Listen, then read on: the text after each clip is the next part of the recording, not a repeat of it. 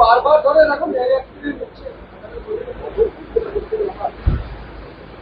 না, আমি সকাল 9টা থেকে আমার মনে হয় গভর্নমেন্ট অফ ইন্ডিয়া যখন খবরও পাইনি তখন থেকে আমাদের অ্যাডমিনিস্ট্রেশন যথেষ্ট অ্যালার্ট ছিল এবং সকাল 9টা থেকে আমি নিজে মনিটরিং করেছি যতক্ষণ পর্যন্ত টোটাল রেস্কিউ অপারেশন ওভার না হচ্ছে, মানে যতক্ষণ পর্যন্ত টোটাল রেস্কিউ অপারেশন ওভার না হয়েছে ততক্ষণ পর্যন্ত সকাল 9টা থেকে আমাদের পুরো অ্যাডমিনিস্ট্রেশন, চিফ সেক্রেটারি থেকে শুরু করে ডিএম থেকে শুরু করে পুলিশ থেকে শুরু করে আমরা সঙ্গে সঙ্গে স্পটে অ্যাম্বুলেন্স পাঠাই, মেডিকেল হসপিটালে ডাক্তারদের পাঠাই, মেডিকেল কলেজে ভর্তির ব্যবস্থা করি, ডেড বডি রেস্কিউ করি এবং ডিজাস্টার টিম পাঠাই, টোটালটাই আমরা করি। তারপরে আফটার অপারেশন আমি সকাল থেকেই চেষ্টা করছি ফ্লাইটের, কিন্তু ফ্লাইট পাইনি। আমি এত দুর্দশা ফ্লাইটের এটা জানতাম না যে একটা নর্থ বেঙ্গলে যেতে গেলে 12টা 40-এর ফ্লাইট সকালে বুক হয়ে গেছে, তারপর মাঝে একটা ফ্লাইটও নেই, অথচ আমরা ফুয়েল চার্জ ফ্রি করে দিয়েছিলাম। এবার আমি ভাববো তার কারণ হচ্ছে গ্রোথ নাম্বার 1 থাকবে, আমাদের এখান থেকে ফ্লাইটে সব তেল নেবে বিনা পয়সায়, সারা ভারতবর্ষ সারা পৃথিবী ঘুরে বেড়াবে, আর কলকাতার ফ্লাইটগুলো তুলে নেবে, নর্থ বেঙ্গল যাওয়ার ফ্লাইট তুলে নেবে, একটা যাতায়াতের পর্যন্ত জায়গা নেই। আর আমাদের সরকারে যেটা আমরা জয়েন্ট ভেঞ্চারে চালাই সেটাও আমাদের না বলে চলে গেছে বাইরে, নেই, কেউ নেই। সুতরাং অনেক চেষ্টা করার পরে আমরা বেলা 12টা নাগাদ ইন্ডিগোতে বুক করি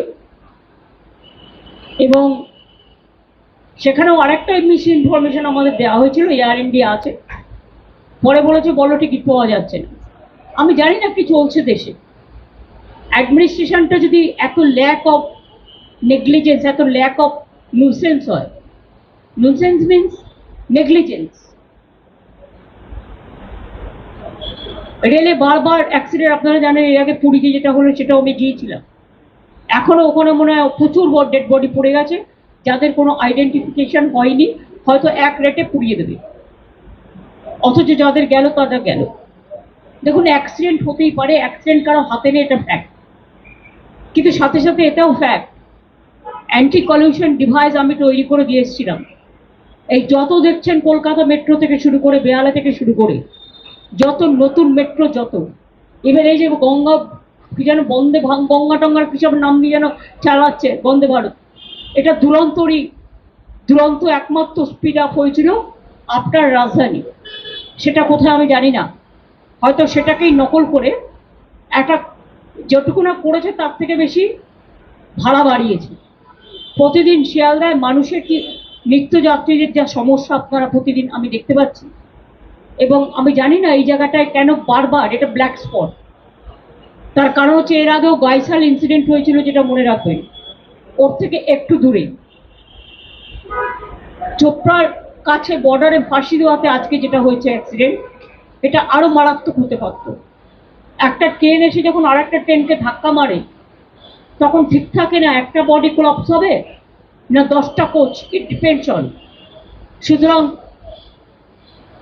তাও 70-80 জন আহত, এখনো 20 জন ক্রিটিক্যাল আছে। আমি যেহেতু কোনো যাতায়াতের ব্যবস্থা ছিল না, চেষ্টা করা সত্ত্বেও সেই জন্য দেরি হলো, কিন্তু আমি অপারেশনটা টোটাল করে দিয়েছি। আমি এখান থেকে নর্থ বেঙ্গল মেডিকেল কলেজে যাব। চোপড়ায় যেখানে সব কাজ হয়ে গেছে, নতুন করে আমি আর যাচ্ছি না। আমি সকালবেলায় ওখানকার এমএলএ হামিদুলকে ফোন করেছিলাম, ওদের আজকে বকরি ঈদ আছে, আমি ঈদ মুবারকও জানিয়েছি, সঙ্গে সঙ্গে স্পটে যেতেও বলেছিলাম, ও নিশ্চয়ই টেক কেয়ার করেছে, বাদ বাকি প্রশাসনও করেছে। আমি নর্থ বেঙ্গল মেডিকেল কলেজটা করব, করে আমি তারপরে রাতে আমি শিলিগুড়িতে নিশ্চয়ই থাকছি না, কারণ আমি একটু কুচবিহার চলে যাবো ডাইরেক্ট, কারণ কালকে আমার দুটো কাজ আছে, আমি ওটা করে তারপরে আবার কাল সন্ধ্যের পরে ফিরে আসবো। এইটুকু প্রোগ্রাম।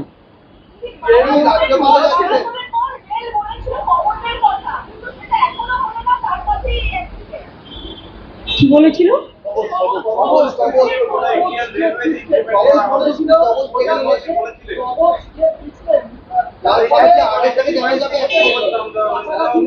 এই শুনুন, অ্যান্টি কলিউশন ডিভাইস নামটাই অ্যান্টি কলিউশন ডিভাইস, ওরা কিসের কি নাম দেবে তা আমার দেখার দরকার নেই।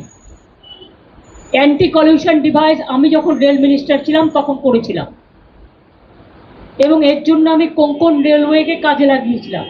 মুম্বাইতে, গোয়াতে, আমি নিজে মাডগাঁওতে গেছিলাম, সেটা দেখার পরে এটাকে আবিষ্কার করে প্রত্যেকটা ট্রেনে লাগানো হয়েছিল, যদি ড্রাইভারও ঘুমিয়ে পড়ে অ্যালার্ম দেবে, দুটো ট্রেন কাছাকাছি চলে আসলে আটকে দেবে, এরকম নানা রকম সিগন্যালিং সমস্ত।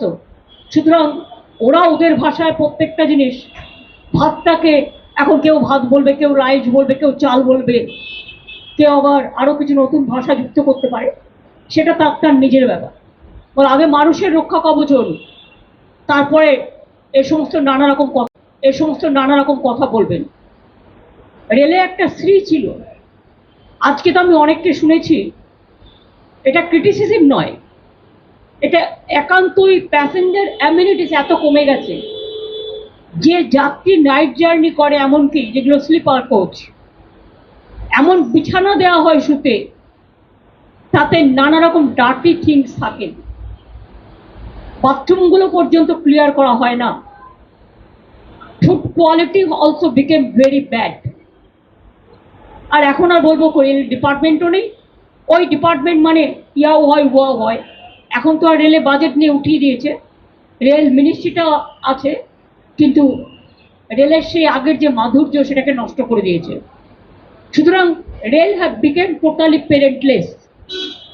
Only you can see railway at the time of inauguration, so many talking points and so many beautification of words, and just like it's a fashion, but they don't take care about the passenger amenity. I'm sorry, I worked as a railway worker, so I know the things. Even they are not taking care for the railway officials, railway engineers, railway technical staff, safety security officials, and the workers also. They are also in problem. Their old pension is been withdrawn, whatever I have seen through the newspaper. But totally, I am totally with the railway employees and railway officials. They are trying their best, but this government is careful only to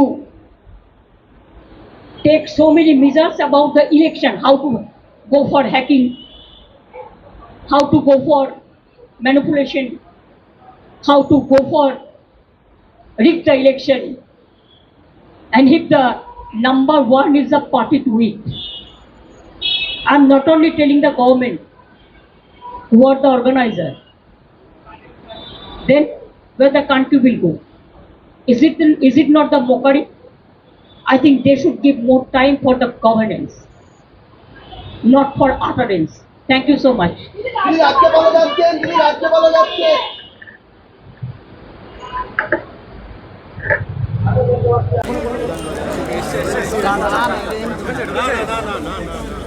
ঢুকে না यार, এটাও না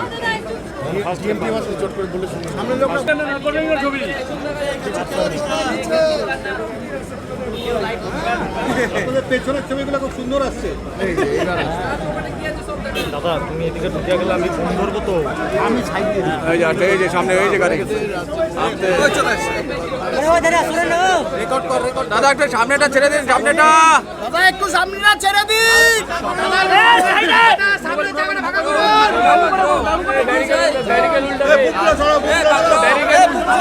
তাদের সাথে কিন্তু দেখা করতে রাজ্যের মুখ্যমন্ত্রী মমতা ব্যানার্জি তিনি কিন্তু এসে পৌঁছেছেন এবং ইতিমধ্যে সেই আপডেট আপনাদের সামনে তুলে ধরছি।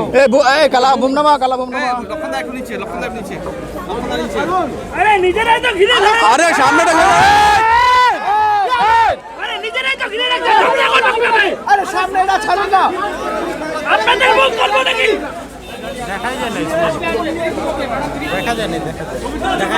মাঝখানে ছিল হসপিটালে